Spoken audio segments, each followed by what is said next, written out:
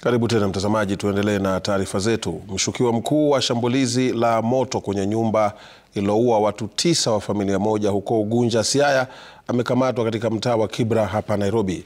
Christopher Okello Owino alikamatwa nyumbani kwake eneo la Kianda akiwa na wanawe baada ya kutoroka mtego wa polisi. Inaripotiwa kuwa maafisa wa usalama walipata vidokezo kutoka kwa wananchi kuhusu kuwepo kwa Owino eneo hilo baada ya kudaiwa kuteketeza nyumba hiyo moto kwenye mzozo wa ardhi. Mshukiwa anazuiliwa na polisi kwa sasa.